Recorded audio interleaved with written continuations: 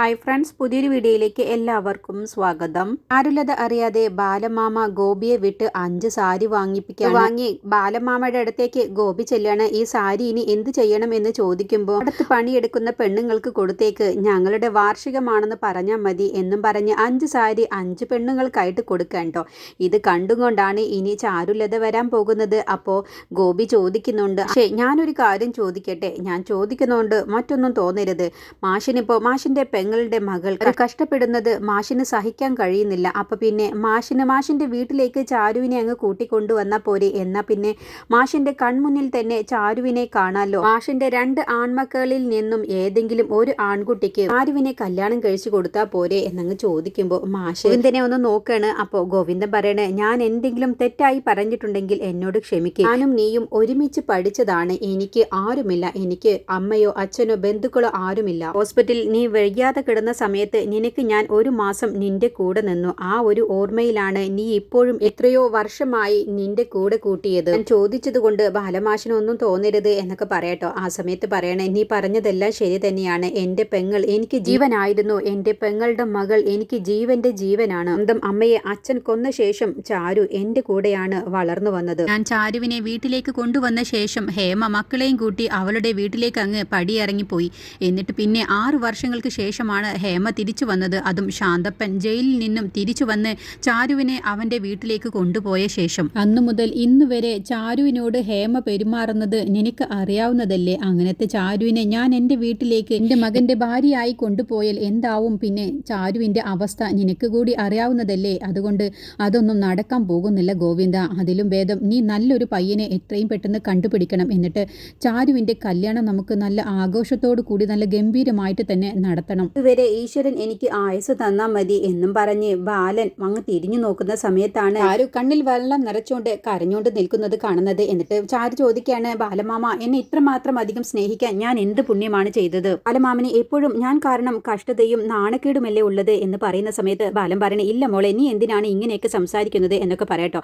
അപ്പോഴാണ് അതുവഴി ശാന്തപ്പം പോരുന്നത്. ബാലൻ പറയണേ, മോളെ നീ കൂടുതൽ നിന്ന് സംസാരിക്കാതെ സമയം വൈകിക്കാതെ നീ എത്രയും പെട്ടെന്ന് വീട്ടിലേക്ക് പോവാൻ നോക്ക്. എന്നിട്ട് അച്ഛൻ എങ്ങാനും ഞാനും നീയും സംസാരിക്കുന്നത് കണ്ടോണ്ട് വന്നാൽ പിന്നെ അതാവും പ്രശ്നമുണ്ടാക്കുക നിന്നോട് എന്ന് പറയട്ടോ. എന്നോട് അയാൾ എന്ത് പ്രശ്നം വേണമെങ്കിലും ഉണ്ടാക്കിക്കോട്ടെ. എൻ്റെ അച്ഛൻ്റെ സ്ഥാനത്ത് അയാൾ ഉണ്ടായിട്ട് എനിക്ക് എന്ത് കാര്യമാണ് ഉള്ളത്? എൻ്റെ എല്ലാ കാര്യങ്ങളും ശ്രദ്ധിക്കുന്നതും നോക്കുന്നതും എല്ലാം എൻ്റെ ബാലമാമയല്ലേ. ഇവര് രണ്ടുപേരും കൂടി സംസാരിക്കുന്നതെല്ലാം ശാന്തപ്പം അവിടെ നിന്ന് കാണാണ്. അങ്ങനെ ശാന്തപ്പം ദേഷ്യത്തിൽ വീട്ടിലേക്ക് പോവാട്ടോ. എന്നിട്ട് ചാരുവും വീട്ടിലേക്ക് പോവാണ്. ഗോവിന്ദനും ബാലനും കൂടി വീട്ടിലേക്ക് പോവാണ്. ആ സമയത്താണ് അവിടേക്ക് ബാങ്കിൽ നിന്നും ഒരു ആള് വരുന്നത്. എന്നിട്ട് ചോദിക്കുകയാണ്, ഇവിടെ അരവിന്ദൻ എന്ന് പറഞ്ഞ ആളുണ്ടോ എന്ന് ചോദിക്കുമ്പോൾ, അരവിന്ദൻ എൻ്റെ മകനാണ്, എന്താണെന്ന് ചോദിക്കുമ്പോൾ, ഞങ്ങൾ ബാങ്കിൽ നിന്നാണ് വരുന്നത്. ബാങ്കിൽ ഒരു ലോൺ എടുത്തിട്ടുണ്ട്. അരവിന്ദൻ ക്യാഷ് തിരിച്ചടച്ചിട്ടില്ല. ഇത് അവസാന തീയതി കഴിഞ്ഞു. അതിനെക്കുറിച്ച് പറയാൻ കുറെ ഫോൺ വിളിച്ചു, പക്ഷേ ഫോണൊന്നും എടുക്കുന്നില്ല എന്ന് പറയട്ടോ. അപ്പോൾ ബാലമൻ ചോദിക്കുകയാണ്, അല്ല എത്ര രൂപയാണ് ലോൺ എടുത്തിട്ടുള്ളത് എന്ന് ചോദിക്കുമ്പോൾ 5 ലക്ഷം രൂപയാണ്. അത് കേട്ടപ്പോൾ ബാലനും ഗോവിന്ദനും അങ്ങ് ഞെട്ടിപ്പോവാണ്. ബാല അയാളോട് പറയാണ്, ഇവിടെ അരവിന്ദനില്ല, വന്നാൽ ഞങ്ങൾ പറഞ്ഞോളാം, നിങ്ങളിപ്പോൾ നിങ്ങളുടെ കാർഡ് നമ്പർ തന്നേക്ക് എന്ന് പറയട്ടോ. അങ്ങനെ അയാൾ പോയി കഴിഞ്ഞ ശേഷം ദേഷ്യത്തിൽ ബാലൻ അകത്തേക്ക് അങ്ങ് ചെല്ലാണ്. എന്നിട്ട് അരവിന്ദ എന്ന് പറഞ്ഞ് ദേഷ്യത്തിൽ അലറിങ്ങോണ്ട് വിളിക്കാൻ കേട്ടോ. എന്നിട്ട് അരവിന്ദൻ താഴേക്ക് ഇറങ്ങി വരികയാണ്. എന്നിട്ട് ചോദിക്കുകയാണ്, നീ ബാങ്കിൽ നിന്നും ലോൺ എടുത്തിട്ടുണ്ടോ എന്ന് ചോദിക്കുമ്പോൾ അരവിന്ദൻ ഒരു കൂസലുമില്ലാതെ, ഇല്ല ഞാനൊന്നും എടുത്തിട്ടില്ല എന്ന് പറയട്ടോ. എങ്കിൽ നിന്റെ ഫോൺ അങ്ങ് തന്നേക്ക് എന്ന് പറയാം കേട്ടോ. അപ്പോൾ എന്തിനാണ് എൻ്റെ ഫോൺ എന്ന് ചോദിക്കുമ്പോൾ, നിന്നോടല്ലടാ ഫോൺ തരാൻ പറഞ്ഞത് എന്ന് പറഞ്ഞ് ബാലൻ ആ ഫോൺ വാങ്ങണം. എന്നിട്ട് ബാങ്കിലെ ആൾ തന്ന നമ്പറിലേക്ക് ഫോൺ ചെയ്യാൻ കേട്ടോ. എന്നിട്ട് പറയണേ, ഈ നമ്പറിലേക്ക് നീ തിരിച്ചു വിളിക്കണം, അല്ല എന്നുണ്ടെങ്കിൽ ഞാൻ അവരെ വിളിക്കും എന്ന് പറയട്ടോ. അപ്പോൾ ഇതൊന്നും അറിയാതെ ഹേമ ചോദിക്കുകയാണ്, എന്താടാ അച്ഛൻ പറയുന്നത്, എന്താണ് എന്ന് അരവിന്ദനോട് ചോദിക്കുന്ന സമയത്ത് ഒന്നും മിണ്ടാതെ നിൽക്കാൻ കേട്ടോ. അപ്പോൾ ബാലൻ പറയണേ, നിന്റെ പുന്നാര മകൻ 5 ലക്ഷം രൂപ ബാങ്കിൽ നിന്നും എടുത്തിട്ടുണ്ട്, ലോൺ എടുത്തിട്ടുണ്ട് എന്നങ്ങ് പറഞ്ഞതോടുകൂടി അവരെല്ലാവരും അങ്ങ് ഞെട്ടിപ്പോവാണ്. അപ്പോൾ അശ്വതിയൊക്കെ ഇങ്ങനെ എന്തിനാണാവോ എന്നുള്ള ഭാവത്തിൽ വായും പൊളിച്ചുകൊണ്ട് നിൽക്കാൻ. ബാലൻ ഹേമയോട് പറയണേ, നീ ചോദിക്കേ, നിന്റെ പുന്നാര മകനോട് ചോദിക്കേ, എന്തിനാണ് ബാങ്കിൽ നിന്നും 5 ലക്ഷം രൂപ എടുത്തത് എന്ന്. നിന്റെ മകളെ കല്യാണം കഴിപ്പിക്കാൻ വേണ്ടിയിട്ടോ അതോ ഏറ്റവും ഇളയ മകളെ പഠിപ്പിക്കാൻ വേണ്ടിയിട്ടോ അതിനെക്കുറിച്ച് നീ ചോദിച്ചറിയേ എന്ന് പറയുന്ന സമയത്ത് ഹേമ ചോദിക്കാണ്, അരവിന്ദ എന്താടാ ഞാൻ ഈ കേട്ടത്, എന്തിനാണ് നീ ബാങ്കിൽ നിന്നും 5 ലക്ഷം രൂപ ലോൺ എടുത്തത്? അപ്പോൾ അരവിന്ദൻ പറയണം, അത് പിന്നെ അമ്മ, ഞാനൊരു ബിസിനസ് തുടങ്ങാൻ വേണ്ടിയിട്ടാണ് എടുത്തത്. എന്തായാലും ഇപ്പോൾ ആ ലോൺ എടുത്തതും ഞാനാണ്, അത് തിരിച്ചടക്കേണ്ടതും ഞാൻ തന്നെയല്ലേ, അതിനിപ്പോൾ ഇത്ര ചോദ്യം ചെയ്യാൻ എന്തിരിക്കുന്നു എന്ന് ചോദിക്കുമ്പോൾ ബാലന് ദേഷ്യം പിടിച്ചിട്ട് പറയണ്, അതൊക്കെ നീ പറഞ്ഞത് ശരി തന്നെയാണ്, നിനക്ക് നാണമുണ്ടോടാ, നീ അന്ന് വീട്ടിലേക്ക് ഒരു ബൈക്ക് കൊണ്ടുവന്നപ്പോഴേ എനിക്ക് നല്ല സംശയമുണ്ടായിരുന്നു. അപ്പോൾ ഞാൻ നിന്നോട് ചോദിച്ച സമയത്ത് നീ പറഞ്ഞത് ഇത് എൻ്റെ ഫ്രണ്ട് ഫ്രണ്ടിൻ്റെ ബൈക്കാണ്, അവൻ്റെ ഭാര്യയുമൊത്ത് അവൻ്റെ ഭാര്യ വീട്ടിലേക്ക് പോയിരിക്കുകയാണ്, അതുകൊണ്ട് തൽക്കാലം എന്നെ ഏൽപ്പിച്ചതാണ് എന്നൊക്കെ നീ പച്ചക്കള്ളം പറഞ്ഞതല്ലേ എന്ന് പറയുന്ന സമയത്ത് അരവിന്ദൻ പതർച്ചയോട് കൂടി നിൽക്കണം. ബാലൻ ദേഷ്യപ്പെടുന്ന സമയത്ത് ഗോവിന്ദ പറയുന്നുണ്ട്, മാഷ് വെറുതെ ദേഷ്യപ്പെടല്ലേ എന്ന് പറയുമ്പോൾ നീ ഒന്നും മിണ്ടാതിരിക്കുക ഗോവിന്ദ എന്ന് പറയട്ടോ. എന്നിട്ട് അരവിന്ദൻ പറയണേ, എനിക്ക് വേണ്ടി ആരും ഇപ്പോൾ ലോണൊന്നും അടക്കാൻ വേണ്ടി പോകണ്ട. ഞാൻ എടുത്ത ലോണ് എനിക്കറിയാം തിരിച്ചടക്കാൻ. എനിക്ക് വേണ്ടി നിങ്ങൾ അതിന് എന്താണ് ചെയ്തത്? എനിക്ക് ഇഷ്ടപ്പെട്ട ഒരു ബൈക്ക് ഞാൻ ചോദിച്ച സമയത്ത് നിങ്ങൾ അത് വാങ്ങിച്ചു തന്നു. ആ സ്ഥാനത്ത് ആകാശന് നിങ്ങൾ ഇഷ്ടപ്പെട്ട ബൈക്കും വാങ്ങിച്ചു കൊടുത്തു. അവൻ ഇഷ്ടപ്പെട്ട എല്ലാതും നിങ്ങൾ ചെയ്യുന്നു. അവനെ പൈസ മുടക്കി മാസാമാസം പൈസ മുടക്കി അവനെ ഇപ്പോൾ നല്ലൊരു കോഴ്സിന് ചേർത്ത് പഠിപ്പിക്കുന്നു. എനിക്ക് വേണ്ടി നിങ്ങൾ എന്ത് ചെയ്തു? ഡിഗ്രി വരെ പഠിപ്പിച്ച ശേഷം എന്നോട് പിന്നെ നിങ്ങൾ എന്താണ് പറഞ്ഞത്? ഇനി പഠിക്കാനൊന്നും പോവണ്ട എന്നല്ലേ? എന്നങ്ങ് പറഞ്ഞതോടുകൂടി ബാലൻ പറയണേ, നിർത്തടാ, നീ കൂടുതൽ അങ്ങ് സംസാരിക്കൊന്നും വേണ്ട. ആദ്യം ഡിഗ്രി പാസ്സാവാൻ വേണ്ടി നോക്ക്, എന്നാലല്ലേ നിന്നെ അടുത്ത കോഴ്സിന് ചേർത്താൻ പറ്റൂ എന്ന് ദേഷ്യത്തിൽ പറയട്ടെ. ആ സമയത്തൊക്കെ ഹേമ പറയണേ, വിഷമിക്കാതിരിക്കും മോനെ, നിന്റെ കഷ്ടകാലത്തിനാണ് ഇയാളുടെ മകനായി നീ ജനിച്ചത് എന്നൊക്കെ ഹേമ എരിവിരി കയറ്റി സംസാരിക്കാം കേട്ടോ. അങ്ങനെ ബാലനും ഗോവിന്ദനും അവിടെ നിന്ന് ദേഷ്യത്തിൽ ഇറങ്ങി പോവാണ്. ആ സമയത്ത് ബാലൻ പറയുന്നുണ്ട്, ഈ ലോണും ഇനി ഞാൻ തന്നെ കെട്ടേണ്ടി വരും എന്നും പറഞ്ഞിട്ടാണ് പോകുന്നത്. എന്നിട്ട് ഗോവിന്ദൻ പറയാണ്, ഇങ്ങനെ വിഷമിക്കല്ലേ ബാലമാഷെ എന്ന് പറയും. എങ്ങനെ വിഷമിക്കാതെ, ഇങ്ങനത്തെ പ്രവൃത്തിയല്ലേ ഈ വീട്ടിൽ നടന്നുകൊണ്ടിരിക്കുന്നത്?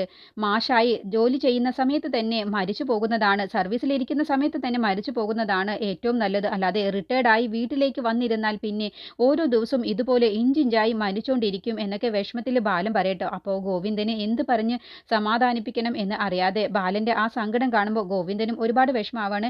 ഈ സമയത്ത് ചാരുലത വീട്ടിലെത്തിയ ശേഷം ശാന്തപ്പൻ പ്രശ്നമുണ്ടാക്കാൻ ഒരുങ്ങാൻ കേട്ടോ. അച്ഛനെ കൊല്ലാൻ വേണ്ടി നടക്കുന്ന അവനുമായി നീ എന്തിനാടി കൂട്ടുകൂടുന്നത് എന്നൊക്കെ ചോദിച്ച് ഒരുപാട് ദേഷ്യപ്പെടാണ്. അപ്പോൾ ചാരുലത പറയണേ, നിങ്ങൾക്ക് എന്ത് അധികാരമുണ്ട് എൻ്റെ ബാലമാമനെ കുറിച്ച് അങ്ങനെ പറയാൻ? നിങ്ങളെ ഈ നാട്ടുകാർ വില വെക്കാൻ തുടങ്ങിയത് തന്നെ എൻ്റെ അമ്മയെ നിങ്ങൾ വിവാഹം കഴിച്ചത് കൊണ്ടാണ്.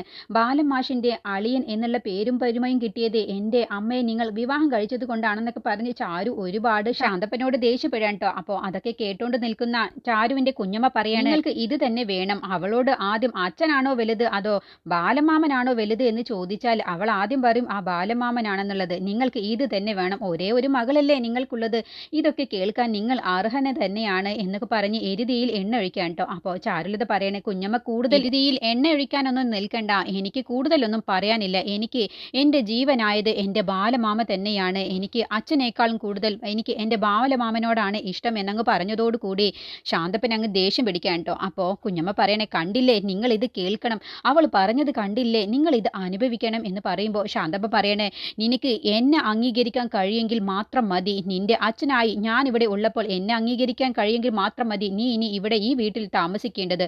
അല്ല എന്നുണ്ടെങ്കിൽ നീ ഇപ്പം തന്നെ പടിക്ക് പുറത്തിറങ്ങണം, നീ ഇനി മേലിൽ ആ ബാലനോട് സംസാരിക്കാനും പാടില്ല എന്നങ്ങ് പറഞ്ഞതോടുകൂടി ചാരു പറയണേ, ഇല്ല, ഒരിക്കലുമില്ല, എൻ്റെ ബാലമാമനെ കണ്ട് ഞാൻ സംസാരിക്കുകയും ചെയ്യും, എൻ്റെ ബാലമാമനോട് അടുത്തേക്ക് ചെല്ലുകയും ചെയ്യും, അതൊക്കെ തീരുമാനിക്കേണ്ടത് ഞാനാണ്, അല്ലാതെ നിങ്ങളല്ല എന്നങ്ങ് പറഞ്ഞതോടുകൂടി ശാന്തപ്പന് വീണ്ടും ദേഷ്യം പിടിക്കാൻ കേട്ടോ. അങ്ങനെ ശാന്തപ്പൻ ദേഷ്യം പിടിച്ചൊരു ചാരുലതയെ പടിക്ക് പുറത്താക്കാണ്. നീ ഇനി ഒരു നിമിഷം പോലും ഈ വീട്ടിൽ നിൽക്കണ്ട എന്ന് പറഞ്ഞിട്ട്. അപ്പോൾ കല്ലു തടയുന്നുണ്ട്, ചേച്ചി ഒന്നും ചെയ്യരുതെന്ന് പറ അമ്മേ, ചേച്ചി പാവമാണ് എന്നൊക്കെ പറയുമ്പോഴും കല്ലുവിനെ തടഞ്ഞു നിർത്തുകയാണ് കേട്ടോ. എന്നിട്ട് ചാരുലതയെ പുറത്തേക്ക് അങ്ങ് തള്ളിയിടുകയാണ്. അങ്ങനെ ബൈക്കിൻ്റെ അവിടെ പോയി ചാരുലത അങ്ങ് വീഴുകയാണ് കേട്ടോ. ശാന്തപ്പൻ തള്ളിയതോട് കൂടി എന്നിട്ട് പൊട്ടിക്കരയാണ്. എന്നിട്ട് അമ്മയെക്കുറിച്ച് ചാരുലത ആ സമയത്ത് ഇങ്ങനെ ഓർക്കുകയാണ് കേട്ടോ. അമ്മ മുടി കെട്ടിക്കൊടുക്കുന്നതും അമ്മ ഓരോന്ന് പറഞ്ഞു കൊടുക്കുന്നതും എല്ലാം ഇങ്ങനെ ഓർക്കുകയാണ്.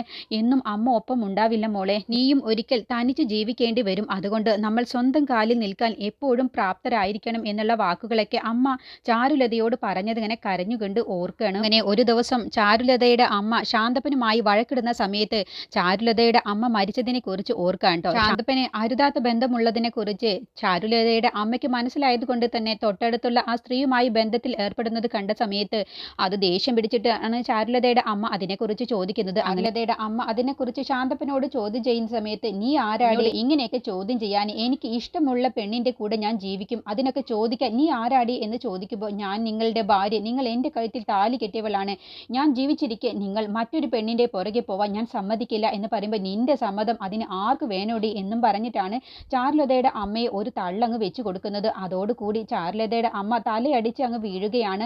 ആ തലയടിച്ച് വീണതോടുകൂടി ചാരുലതയുടെ അമ്മ അവിടെ കിടന്ന് തന്നെ അങ്ങ് മരിക്കാണ്ട്. അപ്പോൾ കുഞ്ഞായിരിക്കുന്ന സമയത്ത് ചാരുലത ഇതൊക്കെ കണ്ടുകൊണ്ട് നിൽക്കുകയാണ്. അപ്പോൾ അമ്മ മരിക്കുന്നത് ചാരുലതയുടെ കൺമുന്നിൽ വെച്ച് അമ്മയെ അച്ഛൻ കൊല്ലുന്നത് കണ്ടപ്പോൾ സഹിക്കാനാവാതെ പൊട്ടിക്കരഞ്ഞുകൊണ്ട് നിൽക്കുന്ന ആ കുഞ്ഞിൻ്റെ ഓർമ്മയാണ് ചാരുലതയ്ക്ക് ഇന്നും അതൊരു ആഘാതമായി മനസ്സിലുള്ളത്. അതോടുകൂടി ശാന്തപ്പനെ അന്നു മുതൽ ചാരുലത വെറുത്തതാണ്. അങ്ങനെ ചാരുലത അമ്മയെക്കുറിച്ച് കരഞ്ഞുകൊണ്ട് ഇങ്ങനെ ഓർത്ത് നിൽക്കുകയാണ്.